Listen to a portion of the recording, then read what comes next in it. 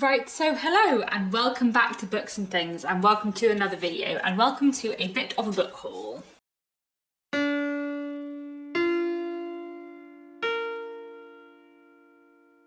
So today I thought I would do a bit of a book haul because I have been acquiring some books lately. I feel like most of my channel lately has been book hauls and wrap-ups, so I am sorry for that. Partly because I seem to have been acquiring more books than I usually do at the moment. I am excited for all of these, but I feel like I need to stop acquiring books at quite the same rate so that I do not end up with a TBR completely out of control. But also just because I've been posting a few less videos and life's been a bit busy, and I feel like hauls and wrap-ups are straightforward and I know what I'm doing, and right now I don't feel like I have the time and brain space to think of lots of really exciting video ideas, so I am sorry. I will be back in full force at some point in the future. I have lots of video plans for later in the year that I am excited about, that I should have time for, but at the moment life is just a little bit hectic. It's not just like the time to film that I'm struggling with, it's also like the time to think of new and interesting video ideas, so I feel like my videos are not as exciting as usual, but you know, maybe that's just in my head, I don't know. But you know, we all like books, and I have a pile of books to show you today, so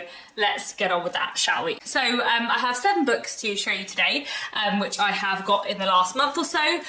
4 of these are review copies, which the publishers very kindly sent me, and 3 of them I bought myself. So let's start off, shall we, with the review copies, many of which are some of my most anticipated books of the year, so I'm very excited about these. So I'll start off with 2 books that Penguin Michael Joseph very kindly sent me. Michael Joseph are actually my publisher.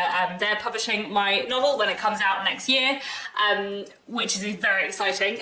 Every time I look at one of their books and I see the logo on the spine, I'm like, oh, my book's gonna have that logo on the spine. It's very exciting. Anyway, so they very kindly sent me 2 books, both of which I'm really excited to read because they're both books which my editor edited. So it'd be really nice to read them, and I don't know, it would just be really nice to read them. It would just be a slightly different reading experience and different connection with these books, I suppose. So the first of these is Black Cake by Charmaine Wilkerson, which was actually also on my anticipated books for the year list. I am really excited for this. It sounds really, really interesting and really up my street. So this book is about 2 siblings who reunite after the death of their mother, and their mother on her death leaves them a voice recording which tells them a lot of things about their family they didn't know, including lots of family secrets which kind of change their relationship and their relationship to their family, and I think everything goes on from there. It sounds like a really interesting read, and I'm really excited to read this, so hopefully I'll get to this one soon. So Black Cake came out in February, and the next book I have from Michael Joseph, Meredith Alone, is coming out this June. So this is Meredith Alone by Claire Alexander, and this sounds like a really interesting read.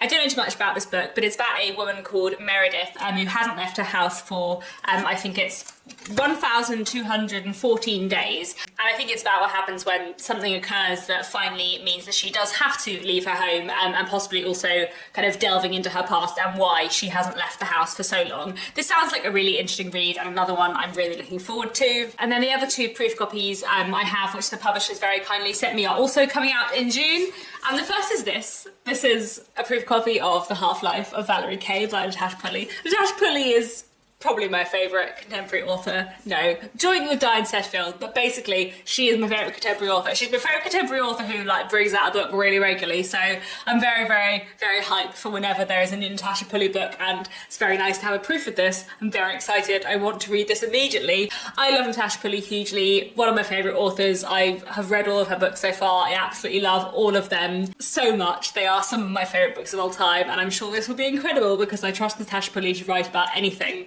It's not set in the 19th century, which, you know, her other books previously have been, and I am slightly sad that it's not set in the 19th century because the 19th century is my favourite thing. However, I don't care, it'll still be fantastic. This book begins in the 1960s in a Siberian gulag, and I don't know too much more than that, and I don't want to read too far on the back of the proof because I just want to go in not really knowing and let the amazingness that will be this book wash over me, because I love Natasha Pulley hugely, very, very hyped for this, and you know, I don't need to know more than that. I'm sure it will be wonderful. I'm just very, very excited. This is a very precious object to me. Cannot wait to read this. And I'm also very excited for this. This is Briefly a Delicious Life by Nell Stevens. And I think this is going to be great, and I'm very excited. So I read a previous book by Nell Stevens, Mrs. Gaskell and Me, which I sort of thought was a novel, but I don't think it really was a novel. It was somewhere like between memoir and non-fiction and sort of semi-autobiographical fiction. Like for me, I sort of would have believed it was a novel, but it does say everywhere that this is her debut novel, so I'm guessing Mrs. Gaskell and Me is not being classed as a novel, but regardless, I loved her book, Mrs. Gaskell and Me, so much, and I found it like so emotionally wonderful. Like it just really, really captured all of my emotions, and I found it just a really emotional reading experience that I absolutely adored. So I'm super excited to read her new book, her debut, entirely a novel, Briefly a Delicious Life, which sounds wonderful.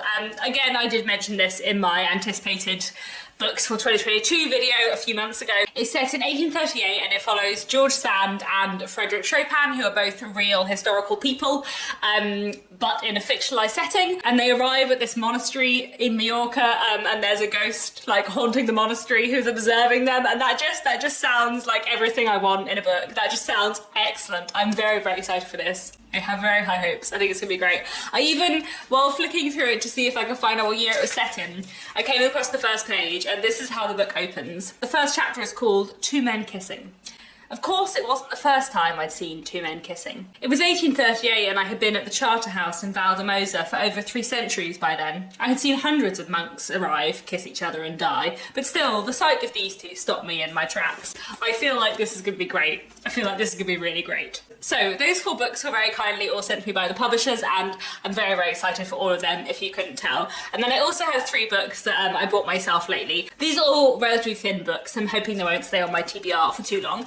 So the first one I have is this. This is If I Die Before I Wake by Emily Cock. And this is a thriller that I have been meaning to read for ages. It's been on my TBR in my head for many, many years. So I know Emily, she was actually on the same creative writing masters as me many years ago now. I think I have read/heard her read aloud sections of the first draft of this book on our creative writing course many years ago, but I haven't actually read this in full, and I haven't been meaning to for a really long time, so I thought I would finally pick this up. So this book is about a man called Alex who is in a coma following an accident, and he can hear everything around him, and he begins to think, as he reflects on what happened to him, that what happened wasn't an accident, and he's trying to solve his own murder without being able to move, just in his head thinking over what happened. This is such an interesting idea for a thriller. Emily is a fantastic writer, and I'm really looking forward to reading this soon. Then I also picked up this book. This is Fanny by Rebecca F. John, and this is a exciting historical fiction book published by Hono Press, which just came out in February, and I'm very excited to read. This is a retelling of Les Miserables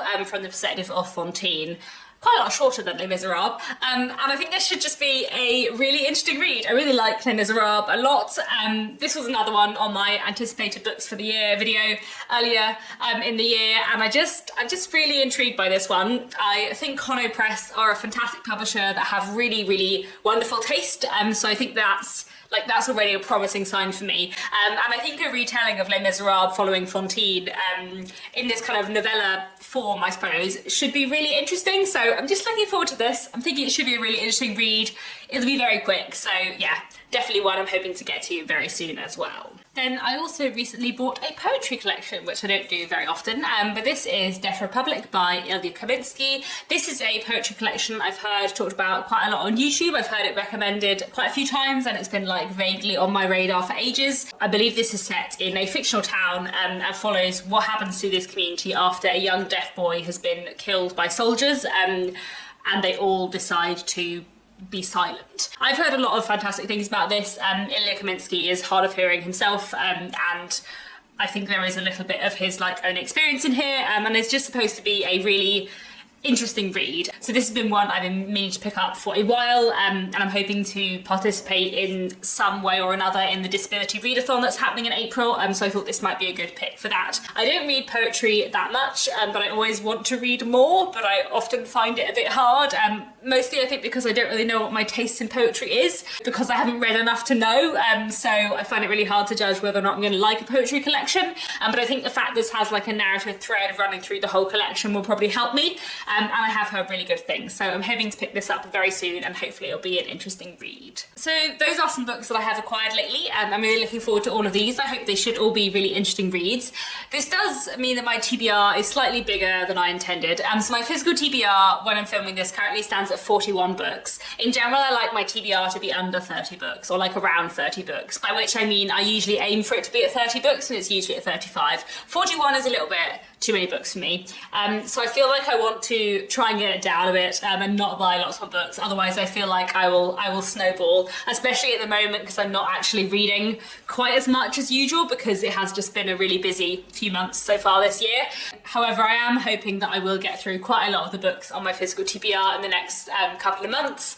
In April, I've got a little bit of time off work, so I'm hoping I'll be able to read a bit more in April. As I already mentioned, I'm going to try and participate in part in the disability readathon going on in April, but I'm also hoping to try and read through a fair chunk of the books on my physical TBR and make that a focus in April as well, because I do have quite a lot of books on my shelves I haven't been to read for a while, and when I've got a little bit of time off work, hopefully I'll manage to get through quite a few of them. And then I'm also planning a bit of a readathon in May, announcement to come in the next few weeks, which I hope lots of the books on my physical TBR would fit into. So hopefully I will get through lots of these books quite soon, and hopefully my TBR won't just keep on growing.